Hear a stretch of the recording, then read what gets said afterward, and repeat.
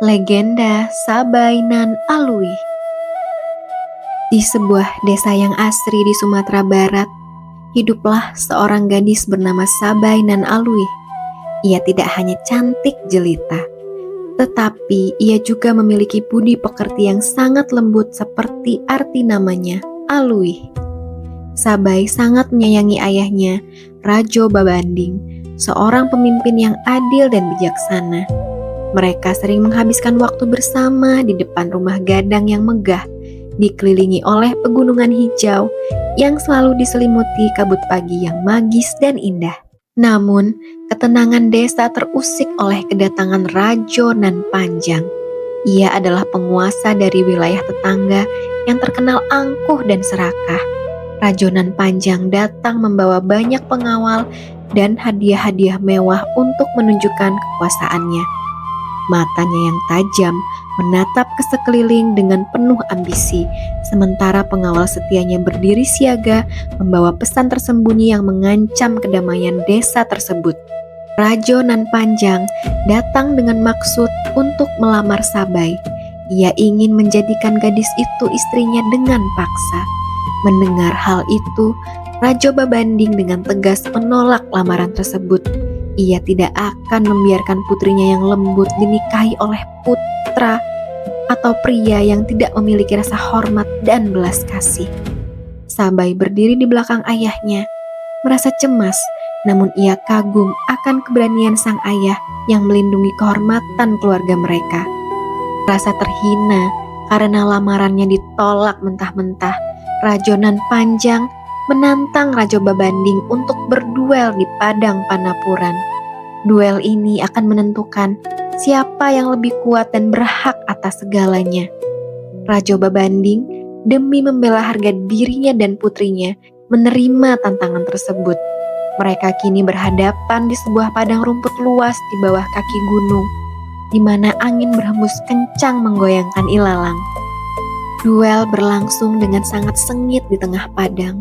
Rajo Babanding adalah pendekar yang jujur dan tangguh, namun Rajo Nan Panjang sangatlah licik. Saat Rajo Babanding sedang unggul dalam pertarungan tersebut, seorang pengawal Rajo Nan Panjang yang bersembunyi di balik semak-semak melepaskan tembakan senapan secara sembunyi-sembunyi. Peluru itu mengenai dada Rajo Babanding hingga ia pun tersungkur jatuh ke tanah. Di rumah gadang, perasaan Sabai terasa sangat tidak tenang. Tiba-tiba seorang penduduk desa datang membawa kabar duka bahwa ayahnya telah tiada akibat kecurangan lawan. Ibu Sabai Manderubiah menangis terseduh-seduh mendengar berita menyakitkan itu. Namun di dalam hati Sabai, kesedihan yang mendalam itu perlahan berubah menjadi api keberanian yang membara. Ia tahu ia tidak bisa tinggal diam melihat ketidakadilan yang menimpa ayahnya.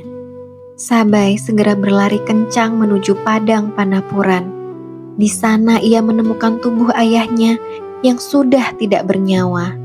Rajo Nan Panjang berdiri di dekat sana sambil tertawa penuh kemenangan, merasa bahwa tidak ada lagi orang yang bisa menghalangi keinginannya. Sabai bersimpuh di samping ayahnya, memegang tangan sang ayah untuk terakhir kali sebelum ia berdiri dengan tegak menantang sang musuh yang zalim. Sabai mengambil senapan milik ayahnya yang tertinggal.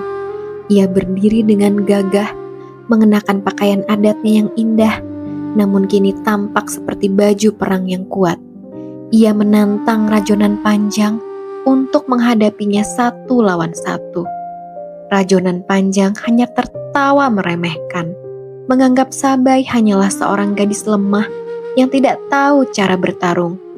Namun, ia tidak sadar bahwa Sabai memiliki tekad yang lebih kuat daripada baja.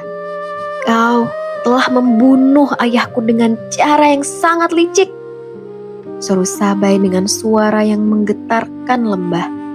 Dengan tenang dan penuh konsentrasi, Sabai membidik sasarannya. Ia menarik pelatuk senapan itu dengan mantap tanpa keraguan sedikit pun. Sebuah tembakan terdengar menggelegar di seluruh lembah gunung. Peluru itu meluncur tepat mengenai Rajo Nan Panjang, membuatnya jatuh tersungkur. sang penguasa zalim itu akhirnya kalah di tangan gadis yang ia remehkan. Keadilan akhirnya berhasil ditegakkan di desa itu. Sabai nan Alwi kembali ke rumah dan memeluk ibunya dengan rasa lega. Ia telah membuktikan bahwa kelembutan bukan berarti kelemahan, dan keberanian bisa datang dari siapa saja yang berani membela kebenaran. Namanya pun dikenang selamanya sebagai pahlawan yang melindungi kehormatan keluarganya di tanah Minangkabau yang indah dan magis.